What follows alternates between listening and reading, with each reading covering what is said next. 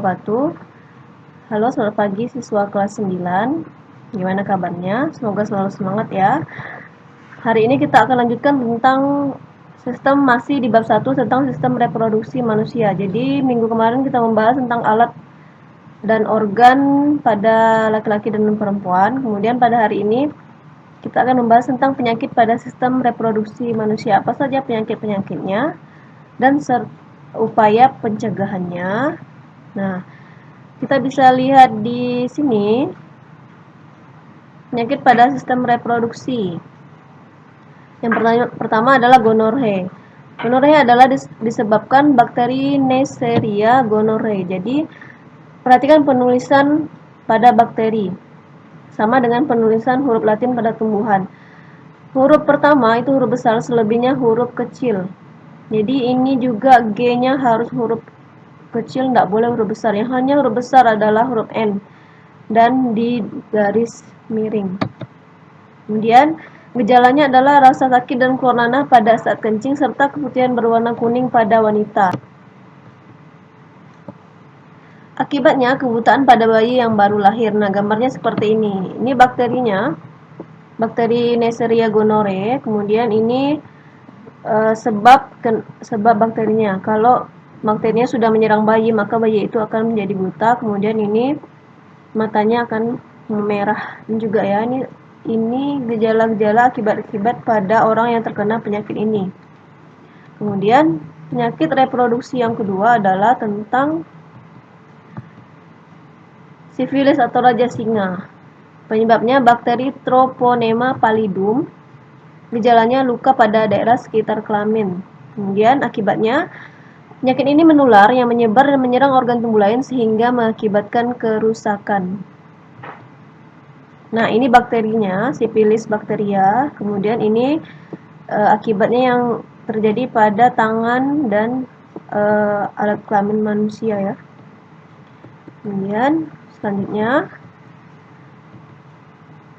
herpes simplex atau herpes simplex atau herpes simplex genitalis. Penyebabnya virus.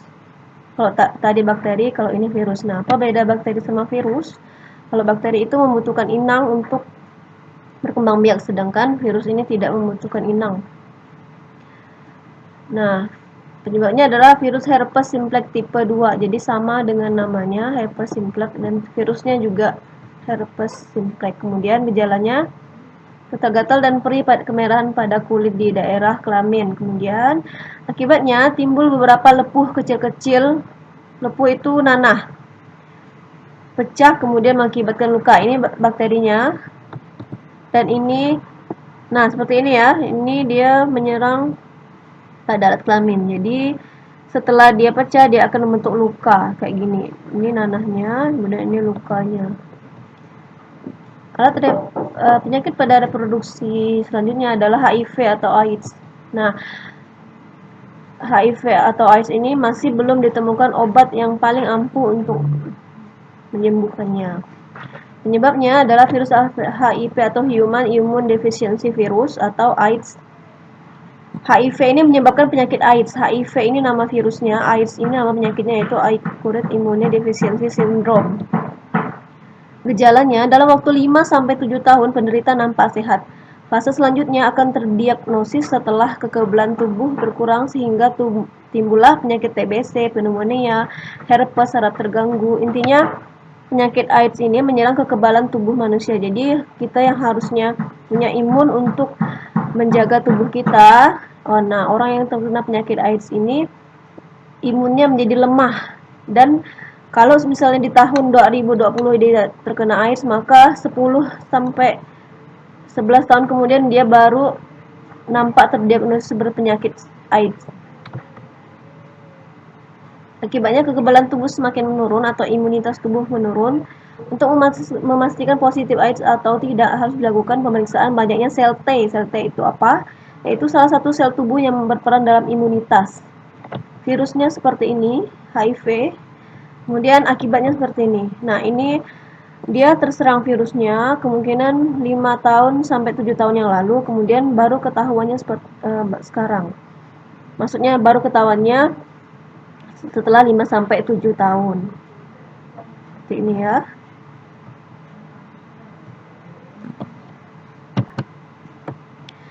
Nah, penyakit pada sistem reproduksi yang lain adalah keputihan. Nah, jadi keputihan ini walaupun sering terjadi pada wanita, tapi tidak boleh disepelekan ya. Nah, penyebab keputihan adalah jamur Candida albicans, bakteri, virus, dan parasit.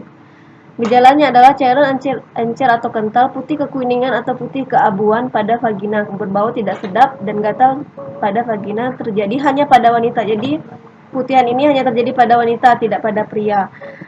Nah, kalau cairan putihannya bening, tidak ada bau, itu sudah biasa. Biasanya 3 hari atau setelah 3 hari sebelum atau setelah menstruasi, biasanya keputihan itu biasa. Tapi kalau sampai cairannya kental, putih kekuningan atau keabu-abuan, gatal dan berbau, berarti itu sudah harus diperiksakan ke ahlinya ya. Kemudian contohnya seperti ini. Nah, kalau perempuan tahu, tapi kalau bagi yang laki-laki, walaupun kalian tidak keputihan, tapi kalian juga harus tahu bahwa bentuknya seperti ini. Keputihan itu lengket, kental gitu. Nah, seperti inilah dia bentuknya. Nah, yang selanjutnya adalah epididimitis. Nah, penyebabnya adalah perilaku seks bebas. Kemudian gejalanya peradangan pada saluran epididymis yang disebabkan oleh infeksi atau karena terkena penyakit menular seksual.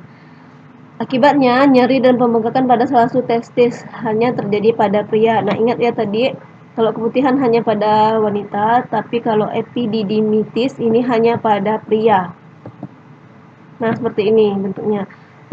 Epididimitis, pembengkakan yang terjadi pada epididymis yang terletak di belakang testis yang disebabkan oleh infeksi. Nah, jadi dia tuh bengkak, satunya normal, satunya bengkak. Nah, itu pada testis ya, ini testis, ini dua kan, kemudian satunya normal, satunya bengkak. Nah, bagaimana upaya pencegahan penyakit sistem reproduksi manusia? Yang pertama adalah menggunakan celana dalam yang berbahan katun dan bertekstur lembut, hindari bahan yang bersifat panas, kurang menyerap keringat dan berbahan ketan, misalnya jeans. Biasakan membilas dengan bersih organ reproduksi setiap selesai buang air kecil maupun buang air besar. Selanjutnya, keringkan sisa air yang masih menempel di kulit dengan menggunakan tisu atau handuk hingga benar-benar kering. Ini akan mengurangi risiko terjadinya infeksi oleh jamur pada bagian organ reproduksi. Nah, kemudian selanjutnya adalah mengganti celana dalam minimal 2-3 kali sehari. Memotong rambut yang ada pada daerah reproduksi apabila sudah panjang, karena apabila terlalu panjang akan menjadi sarang kuman ya. Selanjutnya, upaya pencegahan penyakit. Bagi kamu yang perempuan, apabila sedang mengalami menstruasi, gantilah pembalut sesering mungkin. Pada saat aliran darah banyak, kamu dapat menggantinya minimal 5-6 jam sekali. Darah yang tertampung pada pembalut bisa menjadi media tumbuhnya kuman penyebab infeksi.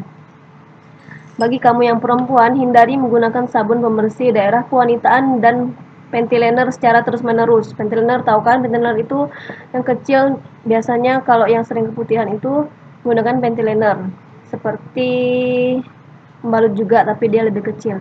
Penggunaan sabun pembersih kayak daerah kewanitaan akan mengubah pH. pH ini derajat keasaman. pH vagina dan akan membunuh bakteri baik atau flora normal dalam vagina yang selanjutnya akan memicu tumbuhnya jamur. Kemudian rajin berolahraga dan banyak mengkonsumsi buah dan sayur. Selain bermanfaat bagi kesehatan, juga dapat mencegah terjadinya infeksi organ reproduksi oleh jamur. Nah, jadi itu upaya pencegahan penyakit reproduksi ya. Intinya kita harus menjaga kebersihan. Nah, tugas IPA kelas 9, apakah penyakit reproduksi yang hanya terjadi pada wanita? Yang kedua, apakah penyakit reproduksi yang hanya terjadi pada pria? Nah, jadi tugas ini kalian kerjakan di link yang ada di bawah video ini. Di link itu juga terdapat absen, jadi kalian bisa kerjakan ini dan jawabannya letakkan di link tersebut. Bagi yang tidak punya HP atau luring, kalian bisa tulis di buku latihan tugas IPA. Untuk hari ini sekian dari Ibu, kita ketemu lagi minggu depan. Ingat, penyakit reproduksi itu bisa dimulai dari merokok, narkoba, dan pergaulan bebas. Nah, jadi ingat, jangan sampai kalian melakukan hal yang tidak berguna. Untuk hari ini, Assalamualaikum warahmatullahi wabarakatuh. Terima kasih.